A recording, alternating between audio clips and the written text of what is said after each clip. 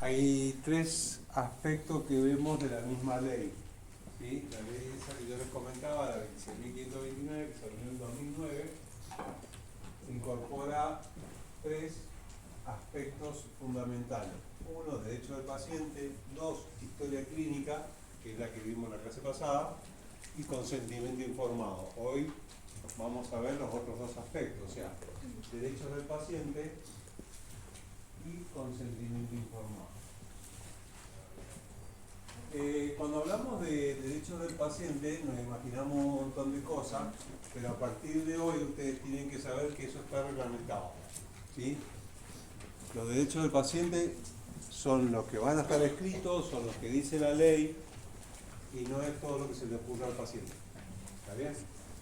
Entonces, por ahí el paciente tiene una confusión, por ahí la gente tiene una confusión, pero ustedes a partir de este momento ya no tienen que tener más esa confusión, ¿sí?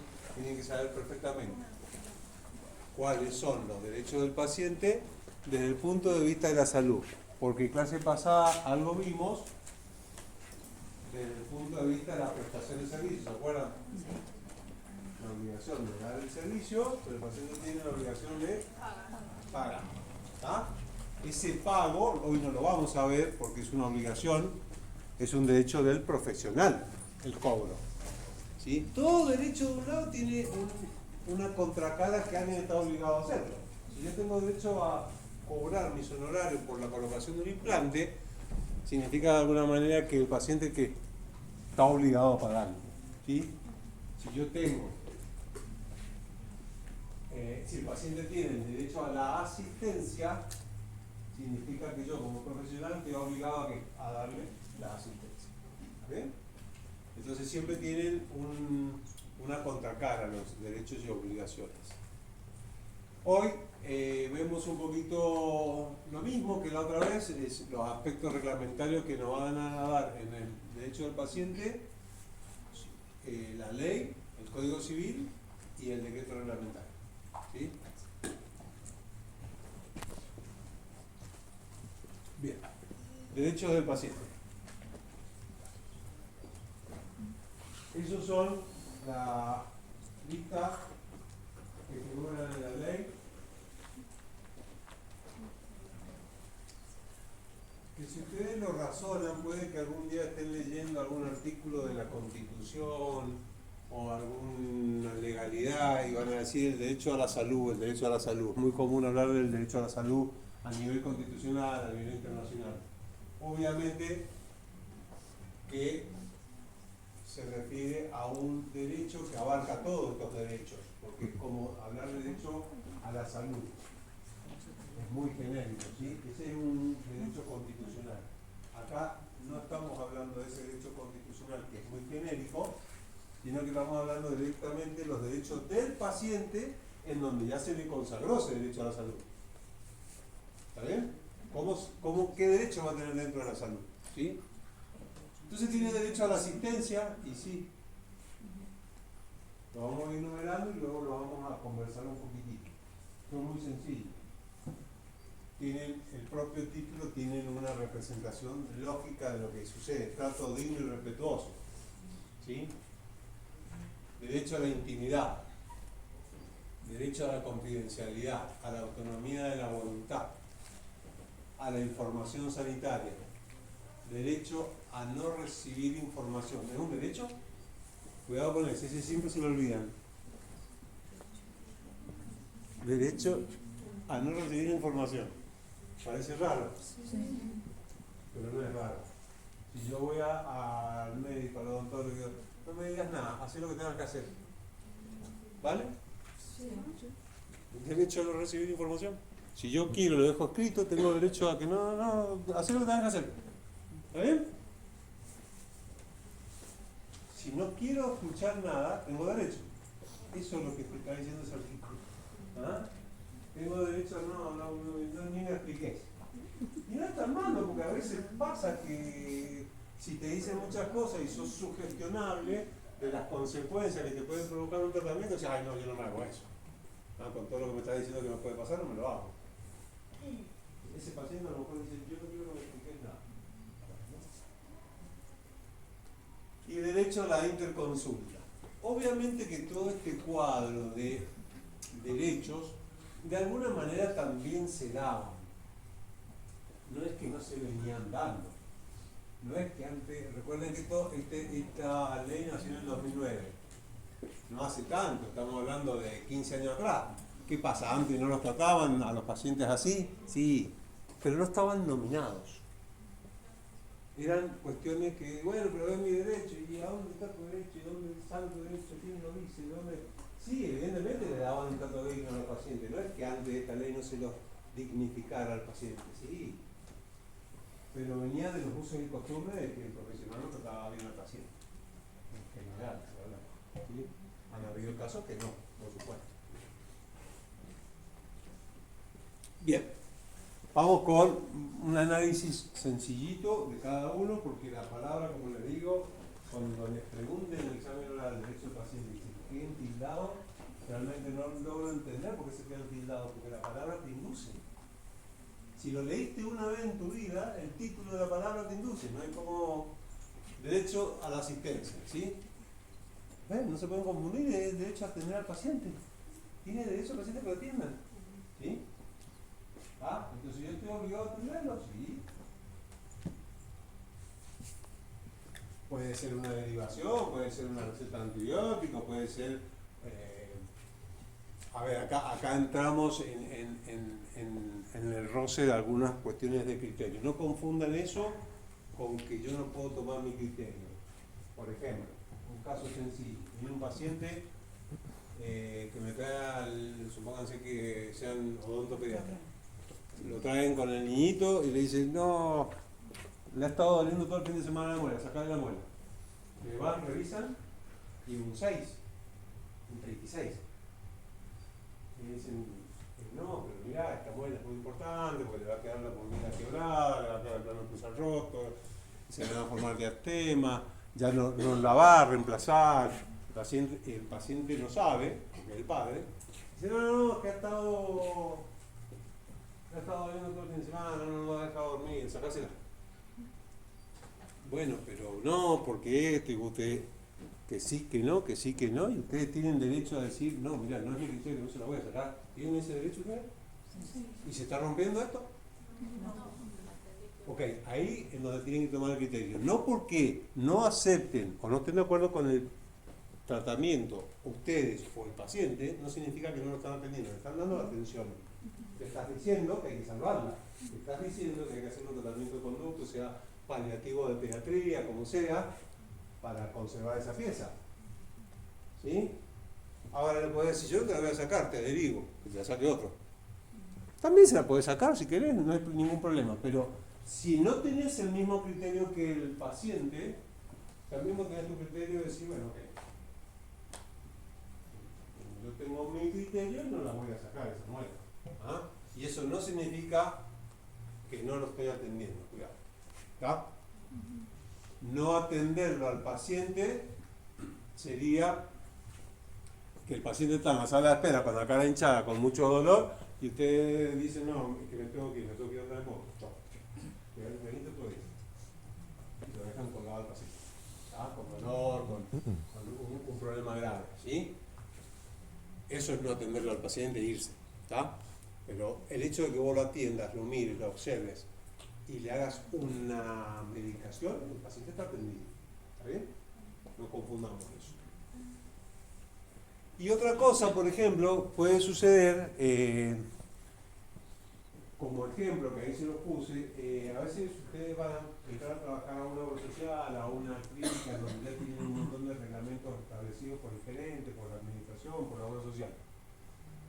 Y viene el paciente con mucho dolor y el paciente pasa de alguna manera, porque si no pasa al consultorio es otro tema. Pero supongamos que es una obra social y el paciente pasó. Y viene el gerente o el administrativo y dice, a este paciente no lo atendás porque no pagó la cuota. Bueno, supónganse. Entonces sería, por cuestiones de reglamento o administración, no. Si ya pasó y está en el consultorio, ustedes lo atienden.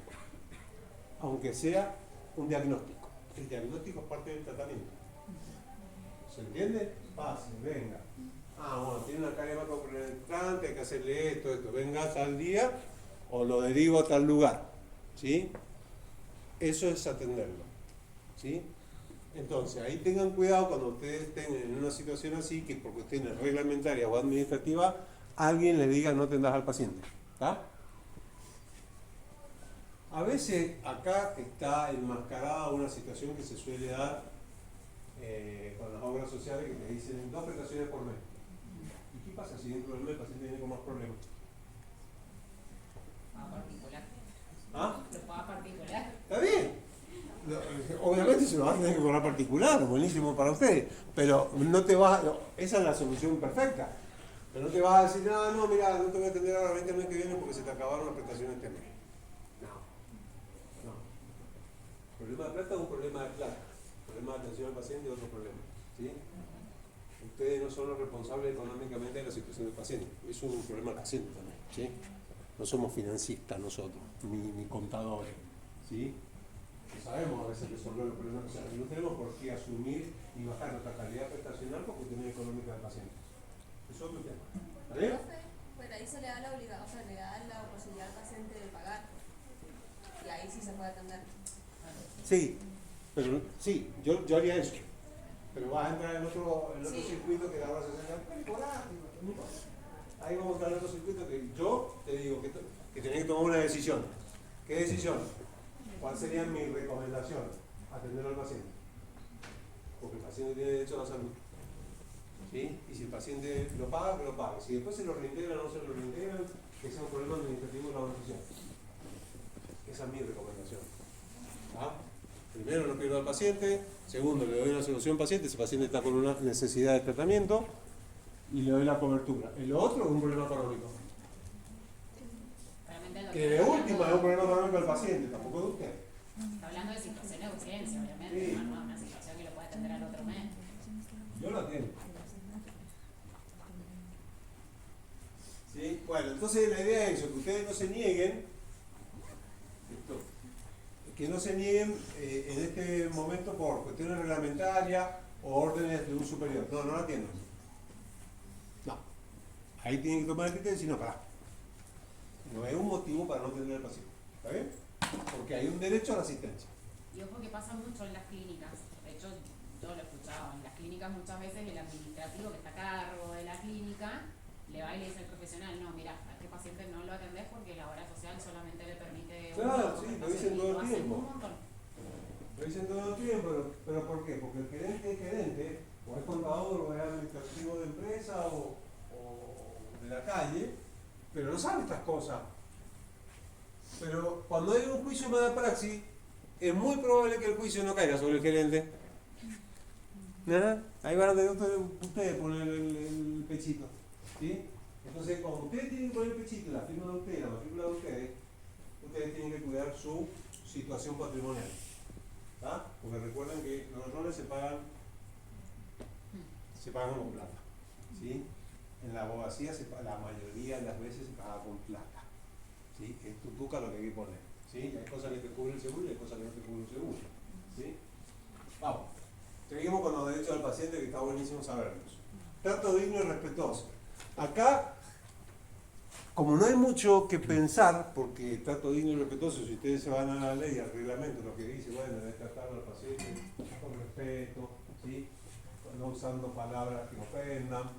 Pero la característica especial que habla ese reglamento es que es extensible, que antes no estaba, a los familiares. O sea, antes te decían, ¿usted quién es el hijo? Bueno, que venga el marido. No, pero ¿verdad? Yo soy el hijo. ¿Sí? Entonces, ahí sí había un choque. ¿Sí? Entendido el choque por una cuestión de intimidad del paciente, que solo hablaban con el más íntimo posible.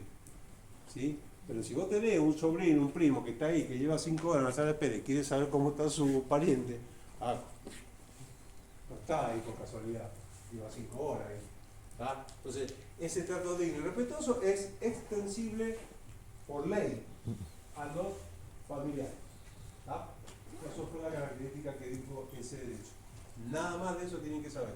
Eso es entendible. Y además después se van a evitar que después el doctor se les va a dar un montón de casos de juicio de mala praxis, porque justamente se trató de irnos con el paciente y hacia los familiares, es algo que le va a permitir mantener una buena relación con el paciente. Claro. Esto colabora mucho. Ustedes cuando van haciendo estos seguimientos, no saben la idea de cómo mejorar la relación con el paciente. Si vos lo tratás dignamente, si al familiar lo tratás con respeto, ¿sí? Si vas haciendo todos esos seguimientos y te obligás a hacerlo, se te ordena la relación un montón, que no solamente te sirve para el paciente, les aseguro que también sirve para la vida, ¿sí? El trato digno y respetuoso es algo genérico que debería estar en la tabla de la sigla. No importa, eso no es mi obligación decírselo, eso, pero sí. ¿Ah? Derecho a la intimidad, ¿a qué se refiere? No estén pensando en que no se le vaya a ver la parte sexual al paciente si están en el consultorio ontológico, no son ginecólogos, ¿no? Claro, ustedes como odontólogos no tienen que razonar eso. ¿A qué se refiere ese derecho a la intimidad? ¿Sí? La intimidad viene de una ley, que es la ley que hablábamos la otra vez, los datos sensibles, ¿sí? Los datos personalísimos que pueden afectar al paciente en su intimidad, a eso se refiere. ¿Ah?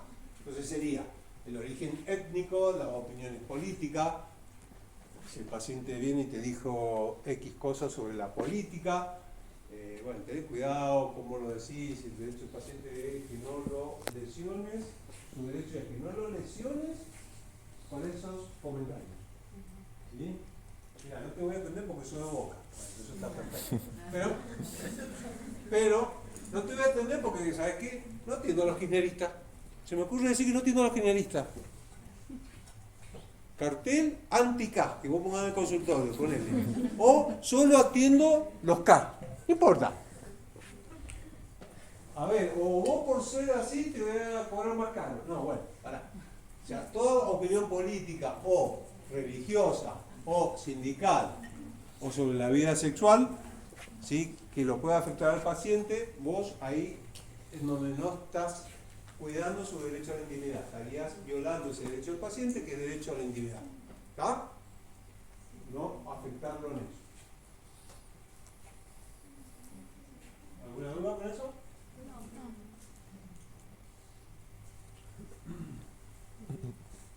Derecho a la confidencialidad.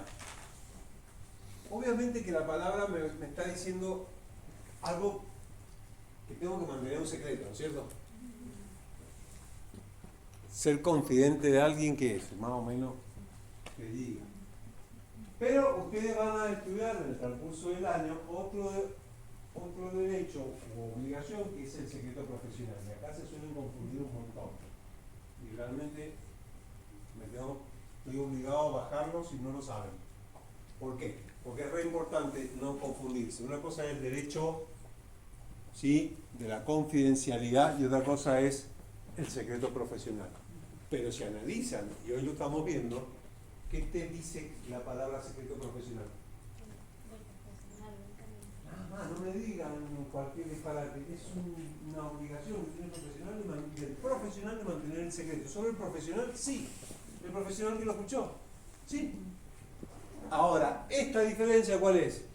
Que se extiende el derecho de confidencialidad, que significa que yo no voy a divulgar las cosas que se vean en la historia clínica. No me las dijo el paciente, pero yo soy la secretaria, llevo la historia clínica de acá para allá, soy de una obra social y fui a hacer una auditoría, observé historias clínicas, en la historia clínica decía que este paciente tenía SIDA, que este paciente tenía este tema, otro, ¿sí? Hay un montón de información que se puede ver. Desde que lo veo, sigo manteniendo la confidencialidad. Pero a mí no me lo dijo el paciente. ¿Está bien? Conmigo no habló el paciente, yo no lo conozco al paciente. Porque puedo ser la secretaria, puedo ser el que ordena la clínica a la noche, o como el caso de acá en la misma facultad, hay una persona que se encarga de guardar la historia clínica, ¿o no? ¿Está? Entonces, esa confidencialidad es un derecho que necesita el paciente y es extensible al profesional, a los colaboradores y a todo el que manipule la documentación. ¿Qué se le ocurre? ¿Está? Entonces, no es lo mismo que el secreto profesional. Autonomía de la voluntad, importantísimo. ¿Quién les hace entender eso? ¿De quién es el cuerpo? Eso significa autonomía de la voluntad. Partimos de esa idea conceptual. Si yo digo que el cuerpo del paciente, y ustedes se ríen, pero antiguamente lo que decía el médico no se discutía. Era un paternalismo absoluto. Históricamente el médico estaba sentado con el sacerdote en la mesa familiar y eran lo que decían las cosas, ¿sí? Ni se te ocurra contradecirlo. Bueno, te tenés que tomar esto, te decía el médico, tenés que hacer esto. Bueno, doctor. O sea, el paciente, al no saber, confiaba en la sabiduría del profesional. Pero bueno, si él me lo dice, ¿está bien? Entonces, ese manejo de pérdida de la autonomía de voluntad, ahora con el criterio que el paciente reciba la información, que tenga tanta información que le permita a él aceptar o rechazar. Eso es bajo el principio de que su cuerpo es de él. ¿Está bien? Ya van a ver un poquito más esto, más claro, con el consentimiento informado. Por eso el fundamento del consentimiento informado es esto. ¿Cuál es el fundamento del consentimiento informado? La autonomía de la voluntad. ¿Fueron a ver la película El juicio de Nuremberg que están en el cine ahora? Nada. Bueno, a partir de eso, en realidad, enjuician a los altos mandos de los nazis por las torturas que se hacían en los campos de concentración a los judíos. Y a partir de eso también le hacen juicio a 23 médicos que estaban a cargo de los experimentos que hacían con los judíos, que eran tremendos los experimentos que hacían. A partir de todo eso, se escribe el código de Nuremberg, que son 10 puntos, que justamente ahí surge justamente esto del consentimiento informado, porque habla acerca de la aceptación del paciente a formar parte, digamos, de un experimento, a rechazarlo, a no continuar cuando no lo desee con ese experimento, etc. Entonces ahí surge todo lo del consentimiento informado, porque antes era hago lo que quiero, como quiero y venite vos y no me podés decir que no. Pero vayan a verla, está muy buena. Bien, entonces, ¿qué dice la autonomía de voluntad? Son las bases y los fundamentos para el consentimiento informado. Si me responden eso, está perfecto. Derecho a aceptar y rechazar y derecho a una información suficiente para la toma de decisión. ¿Sí? Eso es la autonomía de la voluntad.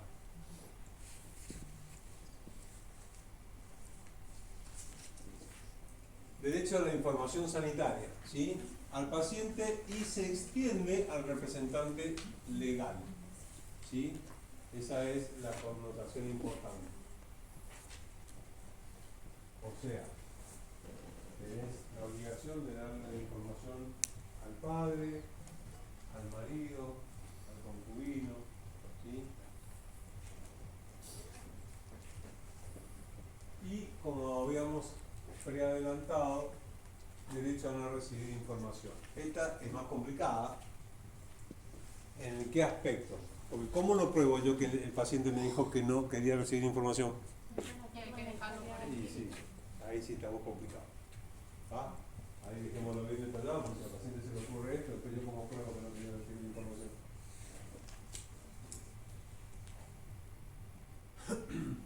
¿Y a dónde lo van a dejar escrito?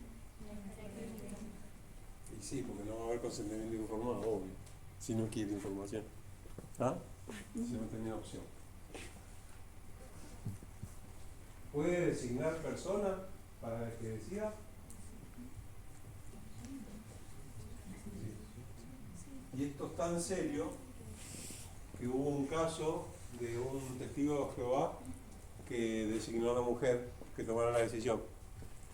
En la operación tuvieron que preguntar a la mujer si aceptaba la transfusión de sangre, la mujer dijo que no, y el paciente se murió. Y no hubo ningún problema. ¿Sí? Porque él había dejado asentado que la decisión la tomara la mujer, y la mujer dijo que no. No pregunten por qué dijo que no. Eso eso es otro tema, ¿ah? Que no está en discusión, dijo que no, chao Carlito. ¿Ah?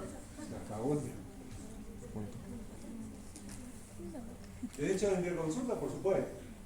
Y no es que antes no tuviera derecho de interconsulta, siempre hubo un derecho de interconsulta.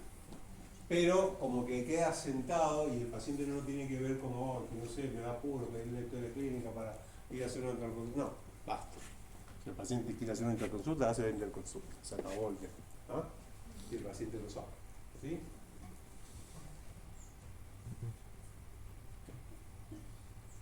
Como este es el fundamento de lo que hablábamos en la clase anterior de cuando el paciente te pide la historia clínica. Puede que te diga por qué o que no, pero bueno, con que te diga voy a hacer una interconsulta, listo, no te enojes. Bancátelo, es así, un derecho, se puede hacer y se hace. ¿Está? ¿Alguna duda sobre los derechos del paciente? Profe, recién con lo que dijo en la interconsulta, es decir, el paciente te puede pedir la historia clínica para ir a una interconsulta. Te lo aclaro el motivo, puede O que puede no. que no, claro. Puede que te diga, Yo la quiero tener. quiero la historia clínica, porque me la pidió el abogado.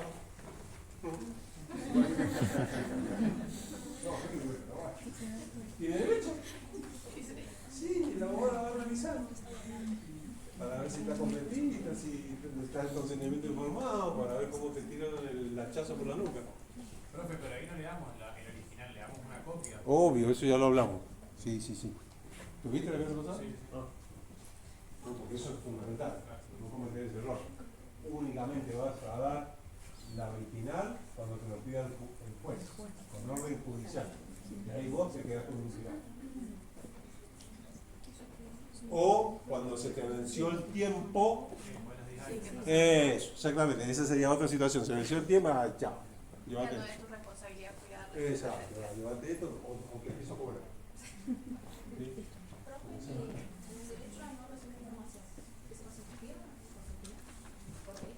A ver, está bien la pregunta porque hay una confusión. Pero hay un tema, el paciente te está diciendo no quiero información, hacer lo que tengas que hacer. O sea, te está diciendo no me hagas consentimiento informado. No, ahí en ese caso, por eso lo habíamos anotado, fíjate.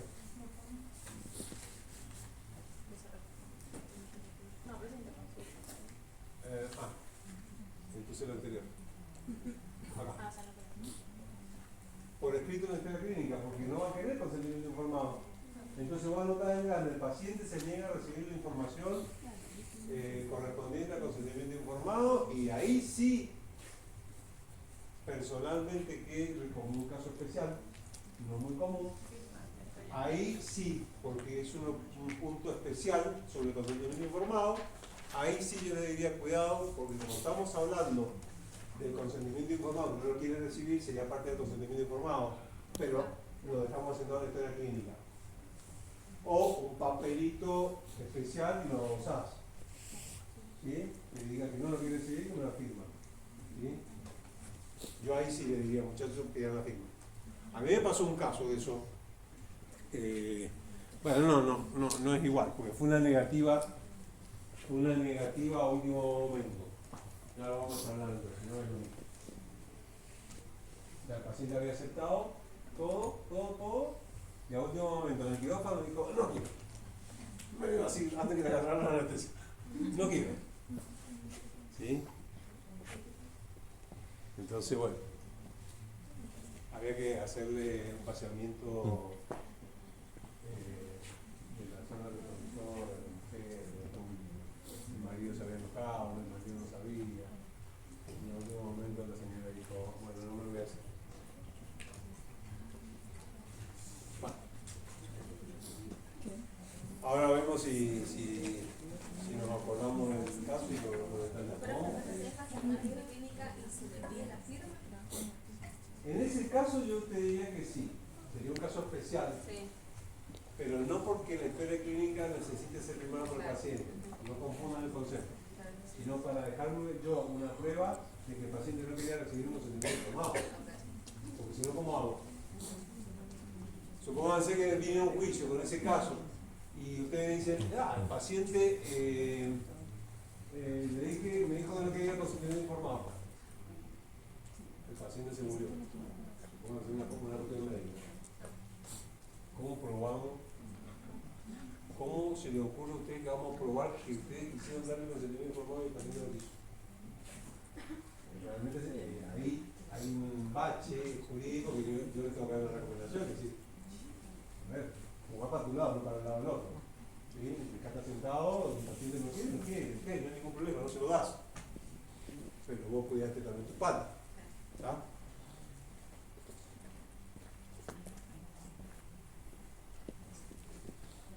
Vamos al consentimiento informado. Consentimiento informado lo encontramos en el Código Civil, especialmente, bueno, en la ley, la misma ley que venimos hablando, y en el artículo 59 del Código Civil. Fíjense ya, recuerden que este Código Civil nace en el 2015. Fíjense que hasta antes de eso el Código Civil nunca se metió en los actos médicos. Nunca. Estamos hablando del 2015, no hace tanto. ¿Ah? Estamos hablando de 2 años para atrás. Nunca dijo algo el Código Civil sobre los actos médicos. A partir del 2015 dijo, ok, basta. A partir de ahora, el Código Civil opina. Y un artículo que te obliga a hacer ciertas cosas como acto médico, no te está preguntando si lo querés hacer o no. ¿Está bien? El Código Civil te está diciendo, esto es obligatorio. Para todo, dice el artículo, para todos los actos médicos. ¿Tienen internet ahí? Bueno, después lo buscan. Artículo 59, Código Civil Comercial de la Nación, y nos va a salir 2 tipos de consentimiento informado. Para investigación, que es el 58, y para actos médicos, que es el 59. Obviamente que no va a hablar de odontológico, psicológico, cardiológico, veterinaria, habla de aspectos de la salud en forma general. Y es obligatorio para todos.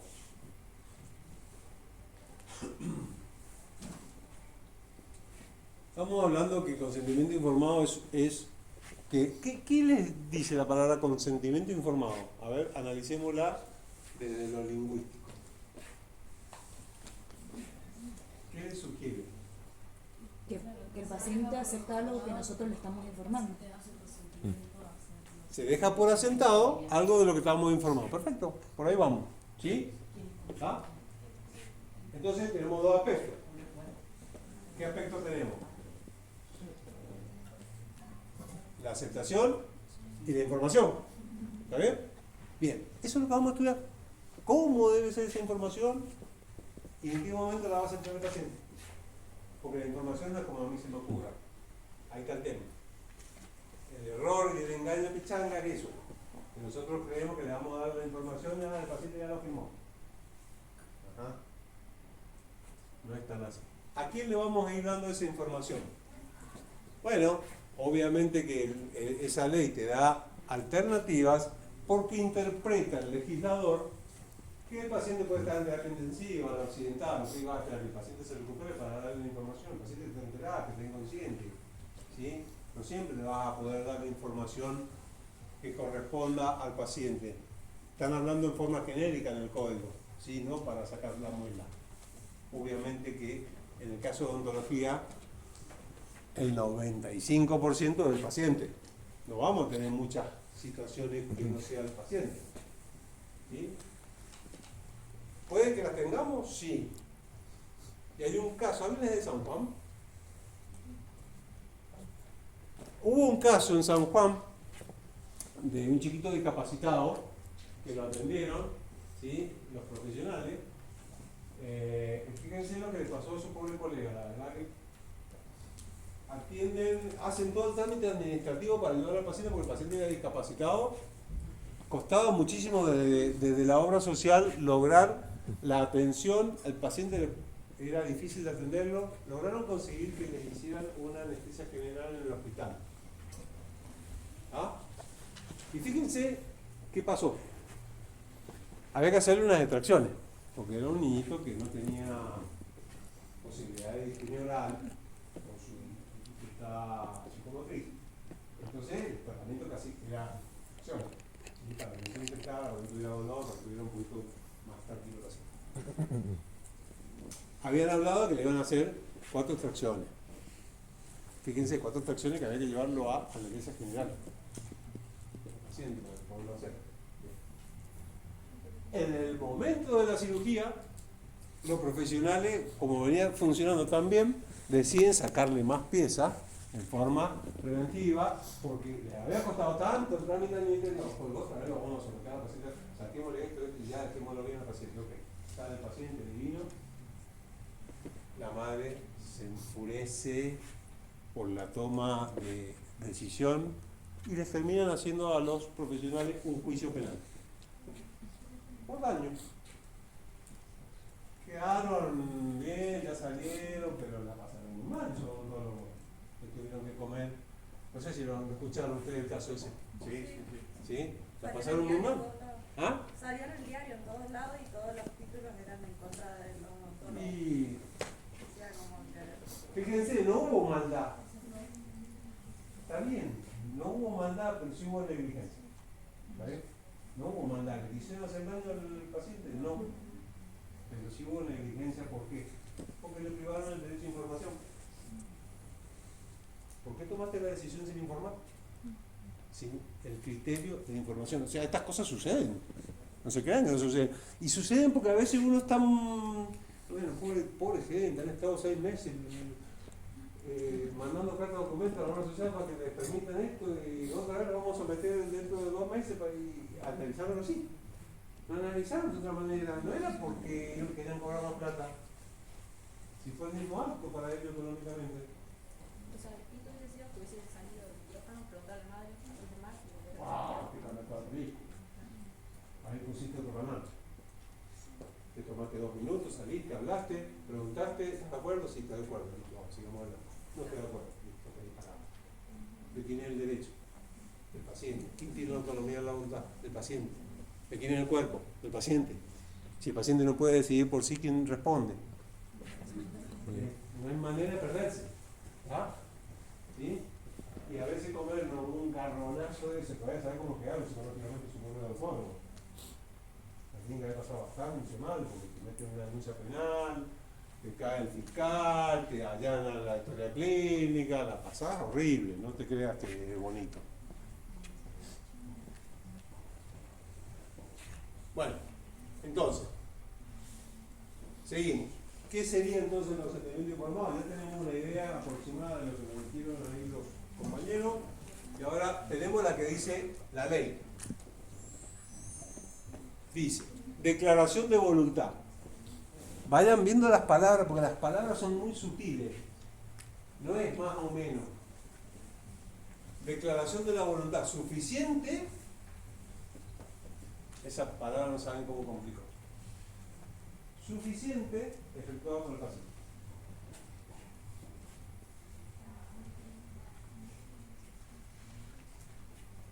Parece sencilla la frase, pero fíjense qué sucede. Bueno, enseguida.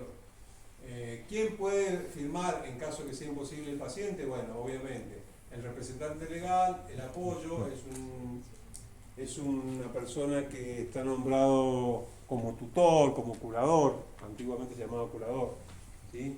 A través del ministerio que se nombra una persona cuando es incapaz para ciertas cosas. El conviviente, ¿sí? El concubino, el cónyuge, el pariente, el allegado que lo acompañe. Y esa frase final a mí me encanta porque es la típica que sucede con los viejitos que viven en el barrio, viven solos, ni el hijo los va a ver, y el vecino dice, no salió el Pepe, que sale todo el día a limpiar la vereda.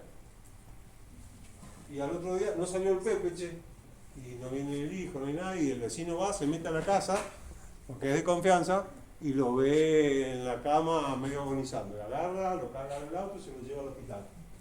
Esa persona que hizo todo eso, se supone que tiene derechos, y puede ayudar a tomar una decisión, porque si no, no se hubiese ni calentado en llevar al paciente, no sé. Entonces, a esa figura, que es recontra que te común, ¿sí? Se le da la posibilidad de que si no tiene otra persona el paciente, esa persona reciba el consentimiento informado. ¿Está bien? Porque por algo lo equivoco. Profe, y en el caso que sí tenga familia, En el caso que sí tenga familia, el anterior. Todo esto. profe,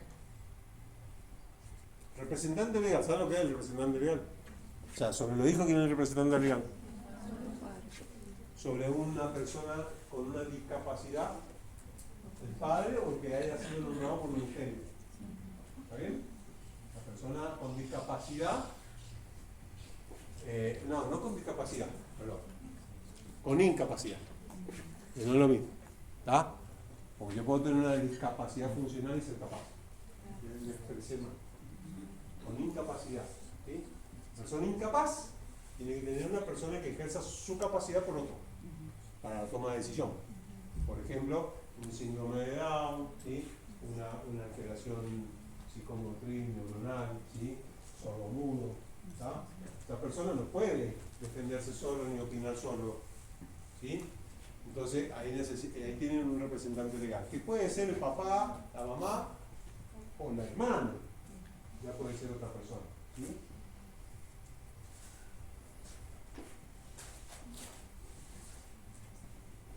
Y si fuese imposible, por supuesto que no se firma nada.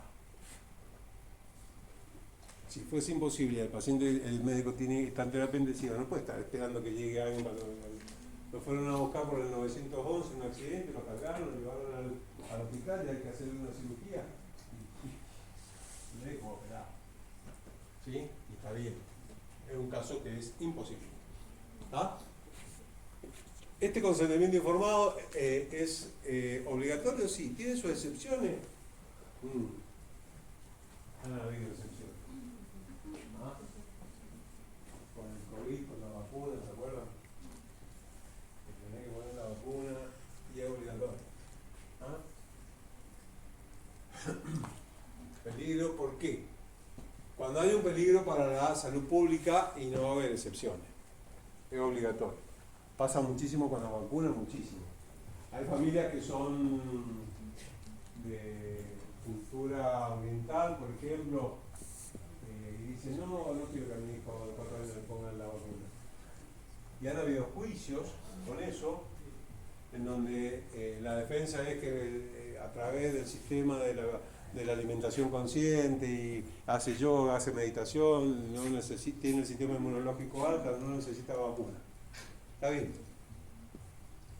Pero no gana la teoría con que hay un peligro para la vida pública, porque a veces culpa de eso vuelve a salir la sarampión como ha salido, vuelven a salir otra vez otros brotes de enfermedades que estaban controlados. Entonces, te entiendo a vos, caso individual, pero tengo que proteger el común denominador. Entonces, el Estado, al proteger el bien común, ¿qué dice? No, entiendo toda tu teoría, pero si no, andate a vivir al Himalaya. No vivas acá. Y allá en el Himalaya no te va a vacunar, nada, a comer a flores. ¿Sí?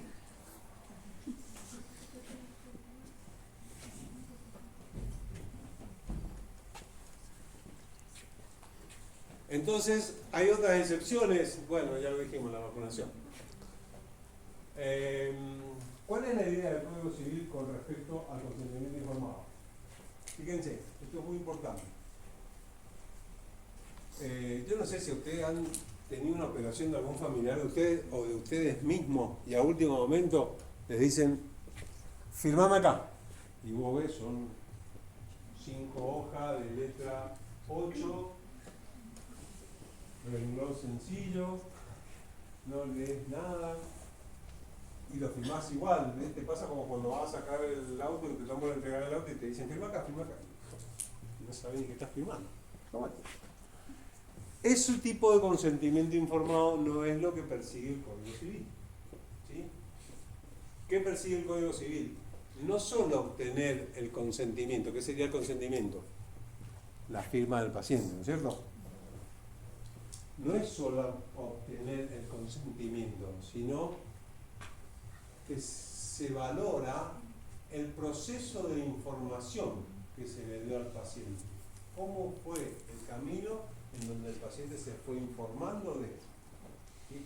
y lo sacan a último momento, tenemos muchísimos inconvenientes. Está bien, se le complica al paciente a lo mejor cómo demostrar eso, pero capaz que había testigos, ¿sí? No importa. Vale más lo informado que la mera firma, ¿sí?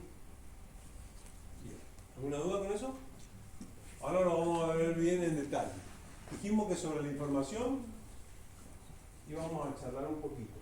Ya tenemos que, cuando decimos consentimiento informado, consentimiento, la firma del paciente, ¿no es cierto?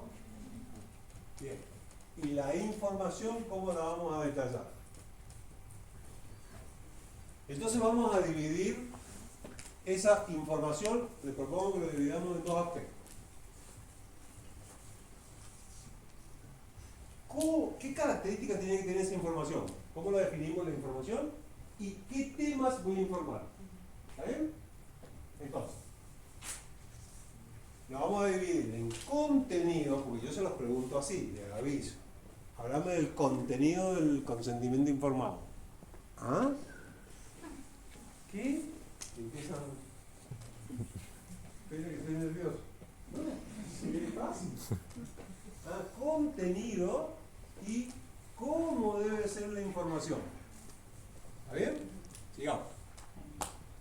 El Código Civil y la ley nos dicen, los dos nos dicen lo mismo, que la información debe ser clara, precisa y adecuada.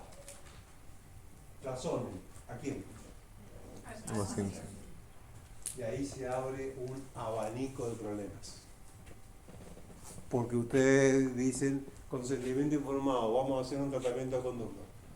Le informo que vamos a realizar el tratamiento de conducta con la fractura de la parte coronaria y vamos a llegar a la zona apical con un cono de glucapercha para sellar al 0,5 del ápice para que se cierre el proceso periapical. ¿Está bien? ¿Ustedes me entendieron? ¿Está claro o no? ¿Ustedes creen que el paciente lo entendió? No. Entonces, acá viene el gran problemón y el gran camino del error de los médicos. Médicos en general, me refiero, no a los médicos. No que nosotros no tengamos el problema, me refiero a la medicina, de la salud. Porque hablan y escriben los consentimientos informados con palabras técnicas. ¿No han escuchado López Rosetta? ¿El médico? Bueno, a mí me encanta López Rosetta. La verdad que es muy bueno. Es el cardiólogo, es muy bueno. Es muy humanista. Y él habla que dice que la primera lección que tuvo de médico, que realmente que aprendió un montón, fue cuando intentó ayudarla a su madre por un problema que tenía. Y estuvo el hijo ahí hablándole a la madre hasta que la madre casi le pega otra vez con la chancleta y le dijo, no te estoy entendiendo nada de lo que me estás diciendo. No me estás ayudando, me estás poniendo nerviosa. Entonces él dice que ahí comprendió que uno a veces quiere ayudar, dar la información que tiene en el copocho, pero esa información no la está recibiendo la otra persona. ¿Por qué? Porque no tiene un grado de comprensión técnico del que vos tenés. Ojo que con la abogacía pasa lo mismo. ¿Ustedes han intentado alguna vez leer una sentencia? Japonés, para la mayoría de la gente. Bueno, y al final, ¿qué te dicen? Ah, tenés que pagar. Bueno. No saben ni qué dijo, ni por qué, ni los motivos, no se entiende. Hubo una ministra de la Corte Suprema que insistió muchísimo y sigue insistiendo con el lenguaje sencillo en las sentencias. Bueno, esto es el mismo concepto, porque ¿quién es el que recibe la sentencia? ¿El afectado o la afectada o el demandante? Y nunca la entienden. Siempre que terminan injuriados, no sé por qué, bueno, pero así. Y no lo entienden. Y resulta que la persona que está recibiendo el proceso judicial, que se le está reglamentando sus derechos, no lo entiende. Bueno, acá pasa lo mismo. Intenten hablar con un médico o con el psicólogo y a veces cuesta entender. El psicólogo es más fácil porque comprende de cómo transmitir el lenguaje para que otro. Por ahí es más fácil con el psicólogo. Pero una persona que está todo el día haciendo cursos, dictando cursos, escuchando cursos, tiene una super especialidad, neurólogo, un cardiólogo, un oftalmólogo especialista en retina, está todo el día con la cabeza en embudo sobre esa especialización. Cuando quiere hablar con el paciente, tiene que hacerse casi bipolar. En realidad deberíamos hacernos ahí bipolar para poderle explicar con términos claros, sencillos y adecuados al paciente. Ahora, el mismo caso que yo le decía del tratamiento de conducto, yo le digo al paciente, mirá, ¿ves esta pelotita que tenés en la punta de la raíz? Es una infección. Para curarte tu infección, yo tengo que limpiar todo el interior de la raíz y rellenar todo este conducto, esta chimenea, con un material antiséptico para ver si se puede curar esa pelotita de infección que tenés ahí. ¿Está bien eso? ¿Eso lo entienden? Cualquiera de nosotros lo entiende. Yo hice he dictado estos cursos en posgrado, ¿no? Y al estudiante se le complica menos. El posgrado, que ya lleva 4 o 5 años en la calle, se le complica mucho más esto. Hicimos un taller y yo traje a personas profesionales, no odontólogos, pero tengo una abogada y tengo una contadora arriba. ¿Me podés leer este consentimiento informado? ¿Qué entendiste? Era sobre un caso de endodoncia y sobre un caso de periodoncia. No entiendo nada, ¿qué grave esto? O sea, y era un consentimiento informado hecho por gente de posgrado. Entonces yo le dije, ok, vamos a analizar si son claros, precisos y adecuados al paciente. Vamos a traer un paciente no muy complicado. No te estoy trayendo un paciente que está todo el día en el tractor y que no habla con nadie, pobrecito, lo traes y no sabe a lo mejor leer o aprendió a leer y nunca desarrolla la lectura. No, te estoy diciendo dos profesionales. No entendieron. No entendieron de qué se trataba el tratamiento. ¿Sí? Entonces, ahí está uno de los riesgos más importantes. Principalmente cuando, digo yo. Obviamente con una extracción y esto no hay muchos peligros. Pero por ahí ustedes pueden tener situaciones hoy en día están avanzando muchísimo con el tema de la armonización orofacial, ya la odontología se está metiendo en otros campos, ¿sí? Tocan la sonrisa, el labio, la musculatura, que está muy bien porque el paciente queda divino, pero también hay otros riesgos, y sí. La ortodoncia que está tan de moda, los implantes, ¿sí? Que allá hay otro tipo de trabajos que se están haciendo. Entonces el paciente tiene derecho a la información clara, precisa y adecuada. Ahora vamos a decir sobre qué. Entonces, esto es como la información y este es el contenido de la información. ¿Está claro eso? Por favor, Profe, que les quede en el cococho. ¿eso tiene que ver con la declaración de voluntad suficiente? La Sí. parte suficiente Eso es. de esa información. Eso. Porque si yo tengo que tomar una decisión, tengo que saber de qué se trata. Ojo que lo mismo pasa en defensa del consumidor. Si ustedes van y firman un préstamo, ustedes no te dan la plata, pero no sabías las condiciones del préstamo, vos decís, bueno, a ver, pedí 5 millones y después resulta que te caen las cuotas son de 36 cuotas de 1 millón. Voy a pagar el 1000%, pero no me dijiste eso. Bueno, pero vos firmaste acá. O sea, eso es reprochable, por supuesto que sí, te va a defensa del consumidor y hay un artículo que dice que la información del usuario debe ser clara, precisa, se debe detallar, por ejemplo, en el caso de los intereses, la cuota fija, el monto total del interés, el monto total de lo que va a pagar, el monto total financiado, ¿sí? Si te detallan todo eso y lo firmaste, bancátela. Pero si no te lo informaron, es que tienen problemas de que te prestaban más. ¿Se entiende? Bueno, acá más o menos lo mismo. La información tiene que ser clara, precisa y adecuada porque él va a decir sí o no. ¿Sobre qué? Primero, el estado de salud, dice la ley. Yo lo hemos interpretado desde la cátedra sencillamente como el diagnóstico. Tenés una caries macropenetrante, punto. Tenés el tercer molar retenido. Tenés enfermedad periodontal. Tenés mala oclusión. ¿Sí? Ausencia de piezas dentarias, estás comiendo mal y los dientes están corriendo. Ok, hacer el diagnóstico. Primer parte. ¿Qué significa eso? ¿Sí? ¿Saben lo que es la operculitis? ¿Vieron el tercer molar cuando estás saliendo y tenés el capuchoncito de ese que te lo mordés, y te infecta? O sea, ¿yo le puedo decir al paciente eso? Tenés operculitis. ¿Ah? Una pericoronaritis. Esa es un poquito más grande. La Claro, operculitis como del que se triangulito. hace más. El triangulito del sí, así, lo mordés, bueno, entonces le hablas de su diagnóstico, qué es lo que tiene, ¿sí? Y acá viene todo el debate en el que no se tiene que confundir. Propuesta. En este caso podemos hacer un tratamiento con DUR. En este caso hay que hacer la extracción. En este caso hay que hacer tratamiento periodontal. ¿Sí? Técnicas de higiene.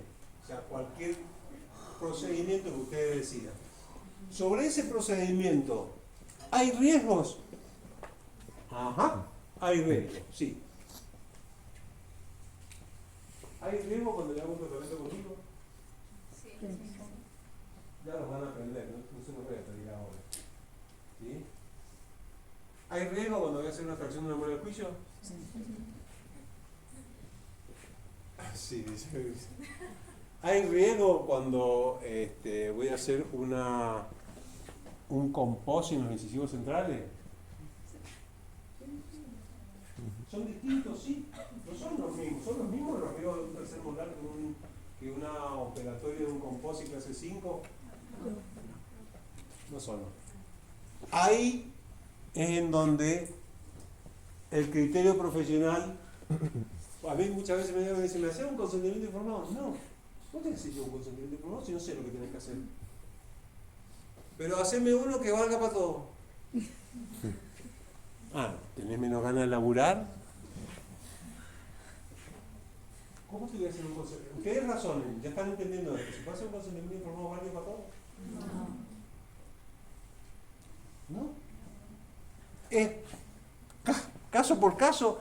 Bueno, no lo pongamos tan mañoso. Si yo tengo que son todas caries, que no son invasivas, estoy viendo que no son invasivas, ahí en ese tratamiento de las caries y la operatoria podría hacer un consentimiento informado por el arreglo de clase 1, clase 2, clase 3, el sector anterior, sí. Pero no puedo meter ese consentimiento informado cuando tengo que hacer un tercer molar retenido, que estoy a 3 milímetros de la basal y hay riesgo de que se me fracture la mandíbula. ¿Cómo asocio el riesgo de la fractura de la mandíbula con una operatoria? No hay manera. Entonces, eso no se lo pueden preguntar a un abogado. Porque el abogado les va a hacer un consentimiento informado que es una cuestión genérica que no va a servir para nada. El consentimiento informado no lo puede hacer un abogado. ¿Sí? Lo tienen que hacer ustedes. ¿Sí? Y sobre cada cosa abrir el ojo. Si sos periodoncista, lo único que haces es hacer técnicas de periodoncia, técnicas de higiene, sacar el sarro, control del paciente, control del sondaje. Bueno, ahí sí vos decís, yo puedo hacer uno genérico que me valga para el 95% de los casos. No sé si para todo, pero puede haber un paciente que venga que está tomando una medicación especial y va a tener un problema específico. Por ejemplo, un anticoagulante, venga un diabético, venga un cardíaco, ¿sí? Ahí voy a tener que ordenar ciertas cositas. ¿Sí? Que eso no lo puede saber un abogado. ¿Está bien? Entonces, no confíen en eso. El criterio es estrictamente, para mí es estrictamente profesional. Ustedes saben los riesgos del paciente, ustedes saben qué problemas pueden tener con esto. ¿Sí? Si tienen que hacer una extracción de un premolar, es sencillo, sí, está flojo. Sí, pero vos revisaste la panorámica y resulta que lo veas dentro del seno. ¿Es lo mismo el riesgo? No. Obviamente que van a haber posibilidades distintas, situaciones distintas. No hay manera que sea genérico. Y tampoco podés estar poniendo que para todas las extracciones tenés riesgo de generarle parálisis al paciente o comunicación glucosinusal. Porque el paciente se te va a ir, va a tener que cerrar el consultorio. Eso lo tendrás que poner y explicarle al paciente de forma específica por qué tiene ese riesgo. Entonces le mostrás la pediatricana, si ve, está tomando tanto. Acá vamos a entrar en un riesgo. que puede pasar si es mala praxis. No. No, porque vos la estás advirtiendo al paciente. Está bien, cuidado con eso. El hecho de que yo le advierta, acá vamos a entrar en un debate, el hecho de que yo al paciente le advierta algo no significa que si el hecho sucede, que yo tenga razón. Por ejemplo, supóngase, viene el paciente y me dice, Ale, ¿me pone un implante? A ver, yo saco una medida, le mando que hagan un combín, que hagan esto, y veo que desde la cresta del hueso al dentario inferior hay 8 milímetros. Ok, entonces yo digo, mira, yo pongo implante de 10 para asegurarme que anden bien. Entonces vamos a poner un buen implante de 10, se va a generar una pequeña compresión en el dentario inferior y te va a provocar una parestesia en el labio. Bueno, lo llamo al escribano, que me firme el escribano, y se que la firma, así no es más tranquilo. Hago el consentimiento informado, pongo el implante, trácate, y viene el paciente al otro día, che, ¿qué es esto que no se me va acá? Ha caído el labio. No, pues te dije, parece. ¿Cómo? ¿Es que me va a quedar así? Y sí, te va a quedar así. ¿Hasta cuándo? Uf, hasta que se caiga el implante. ¿Y cómo? Bueno, yo te avisé, vos me lo firmaste, acá está. ¿Es válido eso? ¿Qué hacemos ahí? ¿Qué les parece? ¿Es válido eso? Sí, estamos ahí. Sí, pero no emitiendo información. Está en el consentimiento informado. Ok, ahora yo le digo, Se vale para mezclar. ¿informar al paciente me protege de hacer las cosas mal? Esa es la pregunta que se tiene que hacer. No. No me va a proteger, no es un chaleco antibalas. No me protege de hacer las cosas mal. ¿Sí? Porque eso cuando entra el flaco me dice, te voy a hacer un juicio mala praxis. ¿Cómo me va a hacer esto? Ok, entra el juicio, demanda, contestación de demanda. ¿Quién ve? ¿Qué dijimos de el perito? ¿Qué es lo que mira el perito? ¿Se acuerdan que la más importante del perito es que después no sabía nada de odontología? ¿Qué sabe después si un implante está en el dental? Tiene idea. El perito le dice, implante puesto en zona invasiva, anatómicamente prohibida, como el dental inferior, quedó comprimido por el implante.